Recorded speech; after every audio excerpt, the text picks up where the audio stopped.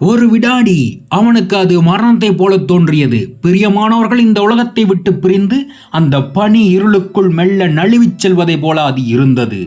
ஆனால் அடுத்த கணமே ஏற்பட்ட ஒரு அவசர உணர்வு அந்த தரிசனத்தை அழித்தது.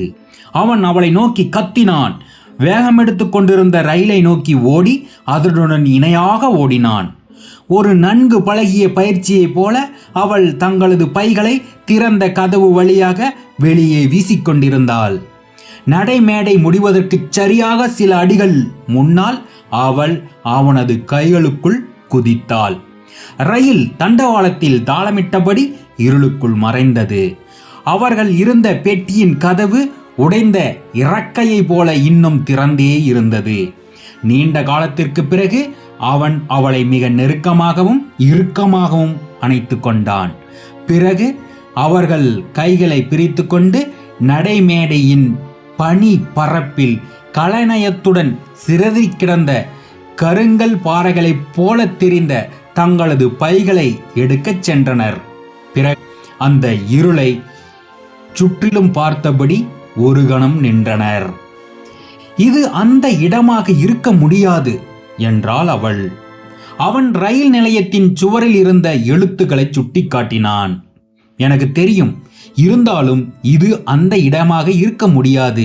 இங்கே ஒன்றும் இல்லையே என்றாள் அவள். நான் போய் பார்க்கிறேன், ஒருவேளை அங்கே ஏதாவது இருக்கலாம் என்றான் அவன். என்ன இருக்கும் என்றாள் அவள். எனக்கு தெரியவில்லை, ஒரு தொலைபேசி அல்லது வாடகை கார் என்றான் அவன்.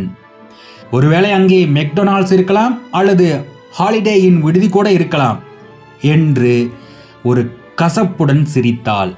அவள் இறுதியாக அவனுக்கு எதிராகவும் திரும்பிவிட்டதை அவன் உணர்ந்தான்.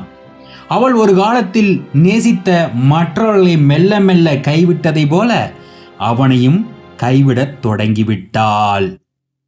நண்பர்களே, இது வாட் ஹேப்பன்ஸ் அட் நைட் அப்படிங்கிற பீட்டர் கேமரனுடைய புதினம்.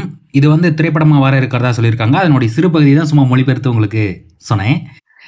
அதாவது இந்த படத்தை மார்ட்டின் ஸ்கோர்செஸி இயக்க இருக்கிறதாகவும், லியோனார்டோ டிகாப்ரியோ, ஜெனிஃபர் லாரன்ஸ் மற்றும் மேட்ஸ் மிக்கல்சன் இவங்க முக்கியமான கதாபாத்திரத்தில் நடிக்க இருக்கிறதாகவும் சொல்லப்படுது. இந்த நாவல் என்ன வகைன்னா, இது கோத்திக் சைக்கலாஜிக்கல் ஹாரர் வகையை சேர்ந்த ஒரு கதை அப்படின்னு சொல்லப்பட்டிருக்கு.